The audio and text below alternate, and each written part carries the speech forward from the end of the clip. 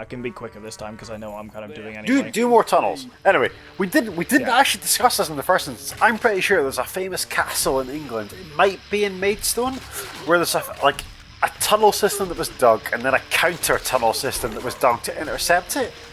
Dover certainly has a huge tunnel system. That's definitely now Dover's tunnel system. I'm pretty sure, but was dug in the war era. Second World War, exactly.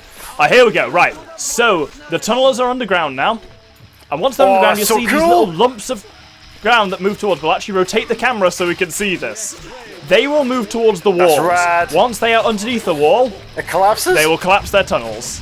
There we go. And you can see those chunks missing out of it suddenly. So now we can just get our macemen straight up. Yes.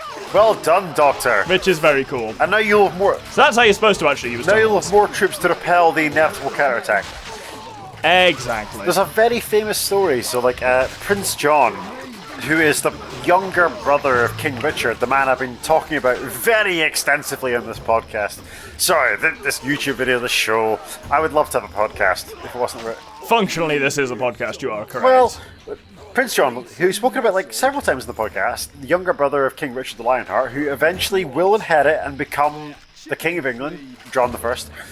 So, John has a very famous siege. I want to see it Maidstone, where the garrison has been starved for several... Oh, we killed the lady. We absolutely slit her. Ah. Whoops. Well, warfare is warfare, Doctor. I mean, you're not responsible for the standards of the time. Can they rebuild? Are they rebuilding the wall? Yeah. Well, I'm chipping the wall down as well because it's the only way I can... Basically, we've unfortunately kind of islanded some crossbowmen that we can only get at by actually chipping down the wall that they're standing on. Oh, another lady has spawned. Don't make me kill her as well. I feel that that's going to be inevitable. Yeah. Anyway, there's a very famous siege. I want to say at Maidstone, where Prince John, there's a baronic uprising. So his barons rebel against him. Ultimately, this is the rebellion that will encourage the Magna Carta. We're going to talk about Magna Carta more. Yeah, that was John, wasn't it? It was. We're going to talk about Magna Carta and why it's not as important as anybody thinks it actually is. And why it's also not called the Magna Carta. No, because it's called Magna Carta. It's very silly is what it is. So my dad's a medievalist and he fucking dies on that Magna hill, Carta is yes. It's very silly and overstated because of, sorry guys, Americans. Yeah, it matters if you are one of a very small number of barons who lived 800 years ago. Yeah, precisely. But anyway, regardless, Prince John is besieging a castle in, I want to say Maidstone, but possibly somewhere in Kent. I might even be wrong about that. Maidstone is in Kent. I know, it's the county town. It's the county town of modern day Kent. I've been there many times, but I don't want to say this is where this conflict took place. But he's besieging a castle. Let's say it's in Kent. But they've held up for a long time, and the garrison's very fatigued. They are deprived of food, and John does a particularly insidious thing, whereby he's dug a counter tunnel or a tunnel underneath the walls, and there's an opening underneath the palisade, the outer wall of the castle.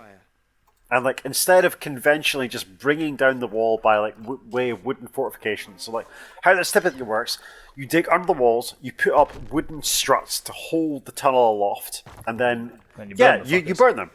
It's exactly what the tunnelers do in there. Yeah, exactly. Yes. You'll notice if you look on the mini-map in the bottom right, you can actually see exactly where the tunnelers were, because you can see the lines of their tunnels. That's actually really, can you? I'm zooming in now. That's very fucking cool.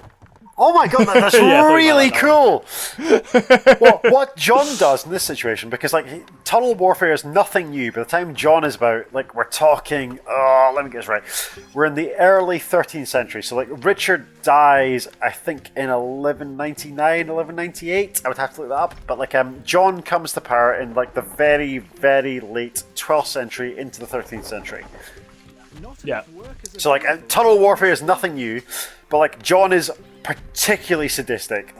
One of the things we know about him, he's incredibly cruel, he's incredibly coarse, he's vengeful, he's a terrible, terrible king. He just loves to inflict pain and hardship. And so one of the ways that he really tries to drive it home to this garrison that he's besieging is that he doesn't just burn the struts down. He brings in 40 pigs. He herds 40 pigs up from another part of England, and he slaughters and butchers them, and he layers the struts that are holding up his tunnel in pig fat. The reason being that when he burns them, the garrison that has been starved for 7, 8, 9, 10 weeks at a time, all they can smell is glorious, delicious bacon. Jesus Christ. Sadistic. As like their fortifications literally crumble around him because of the tunnels that John's men have dug, all these men can smell as bacon. And like there's a monumental cost to the crown because like pig fat is incredibly valuable because like pigs are like massively calorific, they're easy to farm, they reproduce quickly, they're very intelligent, easy to herd, blah blah blah. Like there's a huge cost to John, the King of England, herding 40, 50, like 100 pigs up from wherever they have to be at the siege where he needs them to be to like coat the walls of his fortification or like the walls of the struts that are holding up the tunnel he has dug in pig fat, but he does it anyway because John is a sadistic motherfucker, and this is the man that succeeds Richard the Lionheart as the King of England. Yeah. And also, like, if you watch any Robin Hood movie, he's usually the villain. So, like, in the most famous version, Prince of Thieves, is Alan Rickman, who's the Sheriff of Nottingham, but, like, his feudal overlord is almost always Prince John of England, later to be King John of England, arguably the worst feudal monarch of England ever to sit on the throne. It's Prince John, the younger brother of Richard the Lionheart, because as we discussed, Richard never produced any heirs. Yeah. Should we try and chunk this out all, Doctor, into episodes? We're doing it at the beginning and the end of missions, and the sprite can work it out from there. No, I'm taking this in a very different way this time. You'll notice, for example, we've got the little heart containers up because I've built quite a lot of good things, which is going to slow my people down. Because notice here, for example, this woodcutter. I'll be away from work for a while. He's just having a good time. But this gives us the edge over their troops. And that does matter. So I'm thoroughly convinced that the names of the characters are almost definitely names of developers. There weren't because Billy had like 6 developers, so no. Billy Lloyd is not a very Anglo-Saxon name. We got Andrew Thornley, Kaz Ironfist, Andrew Mopplehead, Adam Hewitt. Yep. These are definitely, like, randomly generated. A lot of it could be the Tiffany problem, though. No, I reject that. I say that, like, Andrew Mopplehead, definitely not a Saxon peasant. Again, this game did not have that many developers. You know what? Very small studio. You know what to say? This is a tiny British studio in 2003. This game is, like, magnificent. Oh, yeah. Like, it is extremely well done. I'm actually going to see while we wait for stuff to build up about how many people. To say all the structural and like systemic imperfections we found in a game like Warrior Within that had a cast of like 200 versus like what this game had in terms of resources, money, blah blah blah. I think this game is a massively superior feat of game design. So, Firefly Studios has 39 employees today. So I'm going to guess in 2003 it had less. 2001 actually this game was, not 2003 even. So it's even older. Yep. Incredible. So I'm going to say they will have had, if they were lucky, double figures of employees at that point. Do you want to make one of our traditional Infamous Gentlemen wagers on the channel, Doctor? No. Oh, boo him! I suspect it's likely boo anyway. Him in the comments, viewership. Coward. Go on then. Right. What's the deal? How confident are you can win this scenario? Without resetting as we currently are? Yep. Tell you what. If you win the scenario, I'll do a shot of your choosing. What do you have? Because you're in Dundee at the moment. I've a very well stocked liquor cupboard.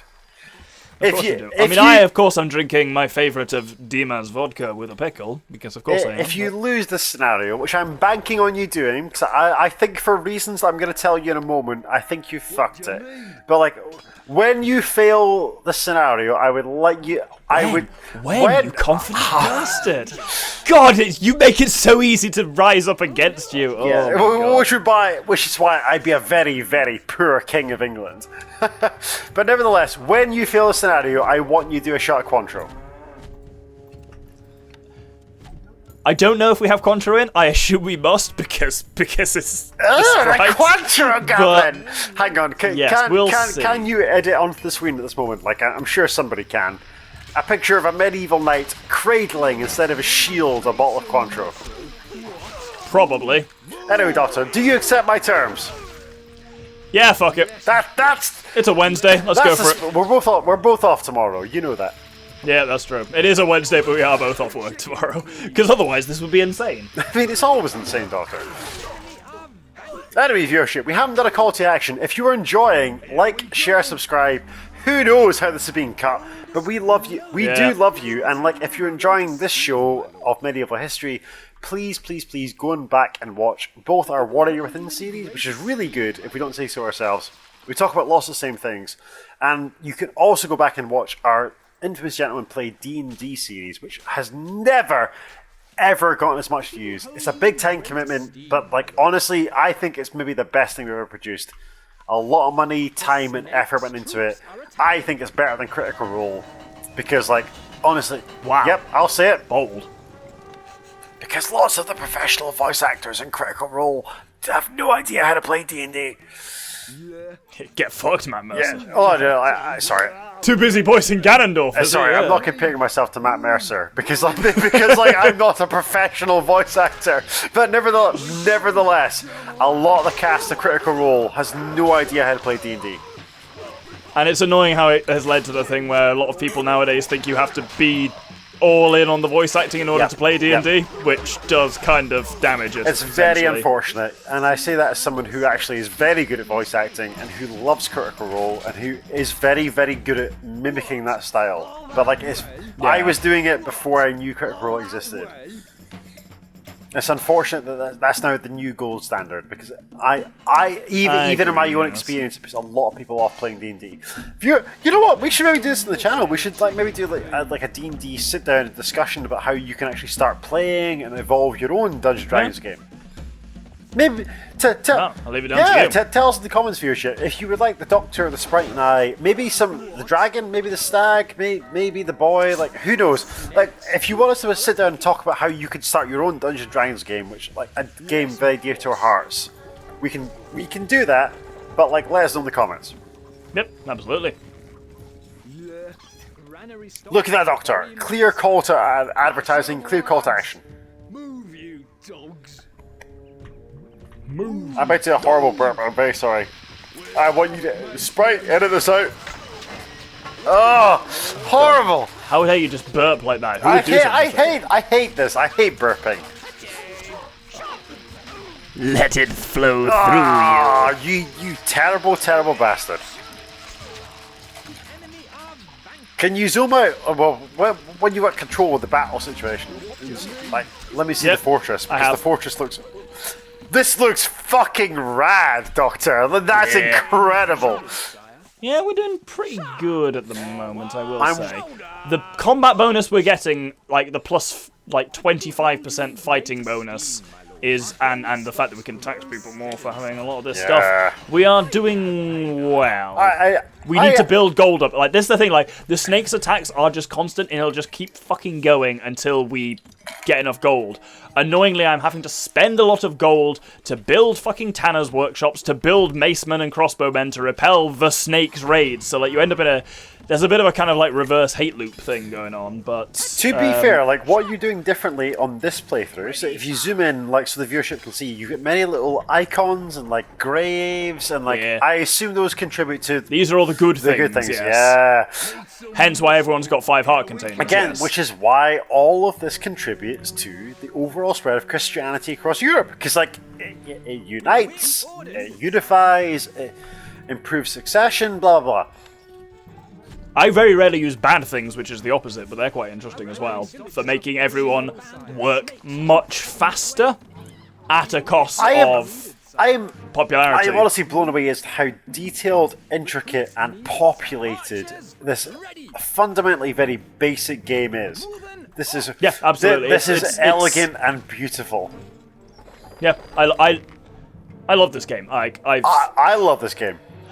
I always spend a lot of time wondering about like what is the game. What is my favorite game is a very difficult thing. What game have I put a lot of time into consistently over 20 years? This one. Like, I have played this on a fairly regular basis. This or Crusader or one of the variants of it. I have played in some version regularly for 20 years. Can I make it like? So here we go, Doctor. I'm gonna like. I won't make a wager on this, although I kind of want to. But can I make a wager, quote unquote, on what I think your favorite game is? That is not this game, given what you've just said. So. Yes, but I think you'll be wrong. I think your favourite games are either Xenoblade Chronicles or or Wind Waker. Also up there. But all are different. Xenoblade Chronicles is very good. See how you were initially like, no, he's never gonna get it, and then I was like, oh no, I got it entirely right. Xenoblade for me holds the interesting thing of being, it's definitely my favourite game for which I have no nostalgia. I first played Xenoblade when I was 20. It's not like a childhood nostalgia How old are you now? And you can bleep this, right? 30 now. So I first played it like as an adult. nostalgia. No, but the point is I don't have any like childhood nostalgia for it. It's not like Pokemon. It's not a game I grew up with or anything like that. So it is different in that sense. But then, like Mass Effect, for example, I've put a huge amount of time into, and probably I would say I probably have hundreds of hours in Mass Effect, one way or the other. Me too. I would say in terms of how well done a game is. Weirdly of all ones, but if you want to see why, watch my video series of it. Paper Mario, The 1,000-Year Door, is an incredibly well done game. One of the best games of all time. I think you've got like a strange Nintendo bias, but like this is not the place. Not the place to discuss that. But yeah, I would say some of the Pokemon games. If you want to say it was probably the Game Boy Advance one, so Ruby and Sapphire, I have got a hell of a lot of number of hours in. You can pause, by the way, because I appreciate you're fighting a siege defense and also answering my complicated question. No. It's just it's a very tough one, just because there are always a lot of answers to the thing of like, oh, what's the best game? It also really just like depends what you're going for. Like if JRPGs aren't your thing, no amount of me singing the praises of Xenoblade Chronicles will make anyone interested in it who isn't already. If you're just like, well, I don't like JRPGs where you attack and dethrone God. Like, it wouldn't be your thing, because that's it. Yeah, exactly. Okay, that's a very reasonable and succinct answer. Yeah, I'd say, yeah, it depends on what I think is my favourite game versus what is a better game is a different question as well. Okay. No, very, very fair, Doctor. I accept your answer and praise it. Yes, I know we're almost out of food. I will, as the food is dwindling and your population, like, starves, food stocks I'm going to have to ask for a brief break, I'm afraid, Doctor. That's fine. Well, viewership, like, if you're enjoying the conversation, and I promise to, the Doctor may not, I generally read the comments and I will reply. Post up what you enjoy most, what would you like to see more of. Are you enjoying the historiography? Because my god, I will read so many books about medieval history to bring you more of this, or if it's just like gameplay, you tell us. Anyway, we're going to call a halt. I am, of course, been the Bard. I've been the Doc. Well, no, let's not do an outro. We'll smoosh it together because the sprite prefers it when we do that. So, smoosh. All right, you ready? Yeah. Don't worry, like, even if we wrap up tonight, I've got plenty of long-term content left. We haven't even begun to talk about, like, the Teutonic Order or the Crusades. Like honestly, this is the tip of the iceberg. I've constrained my content, like, specifically to England tonight.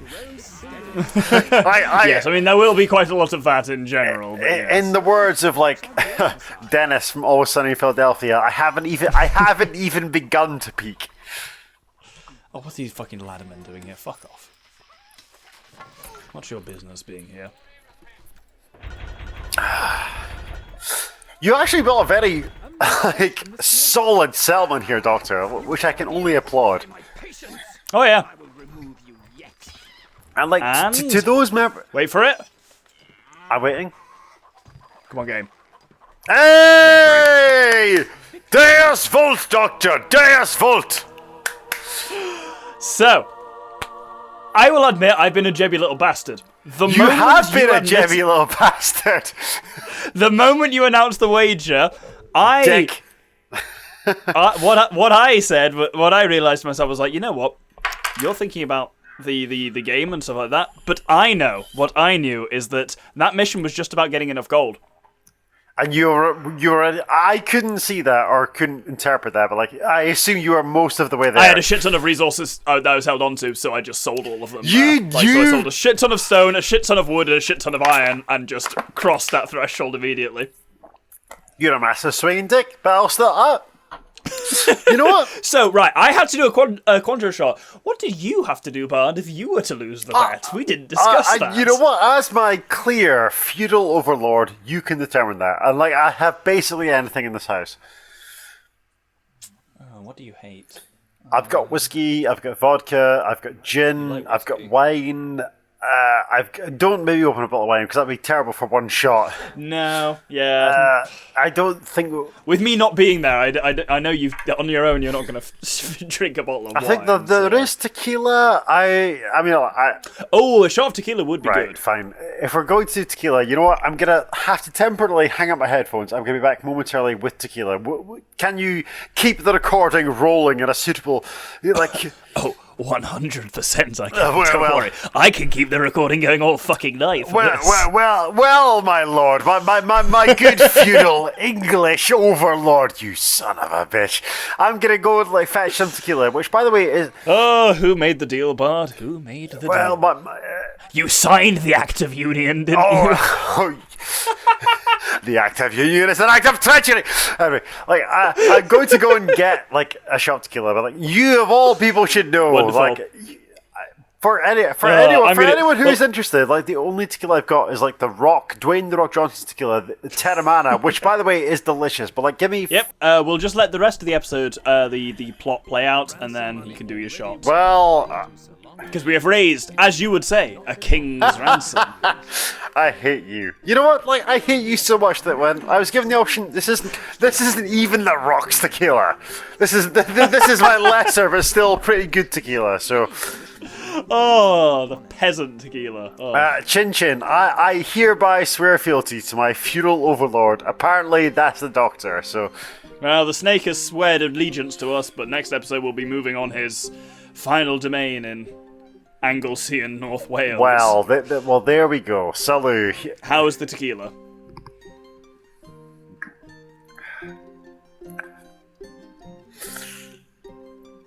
Not... That's the sharp intake of breath that signals a great drink. I mean, it's burny. I'm gonna feel it, but like, it's not... It's fine. It's fine. Fair. Well, on that note, we will call it there. Thank you very much for watching. I have been the Doctor. I've been the part. I've been the... I was taking some water after my tequila, but like, nevertheless, like, I have nevertheless been the bard. And we hope you'll join us next time for the end of the snake, and then we'll be moving on to the pig. The end. Thank you very much, and good the day. end of the snake. You make it sound like we're eating our own tail. All this Ouroboros shit is going to end next episode. Very much so. Anyway, as the Doctor says, we bid you good night. Take care. Good day.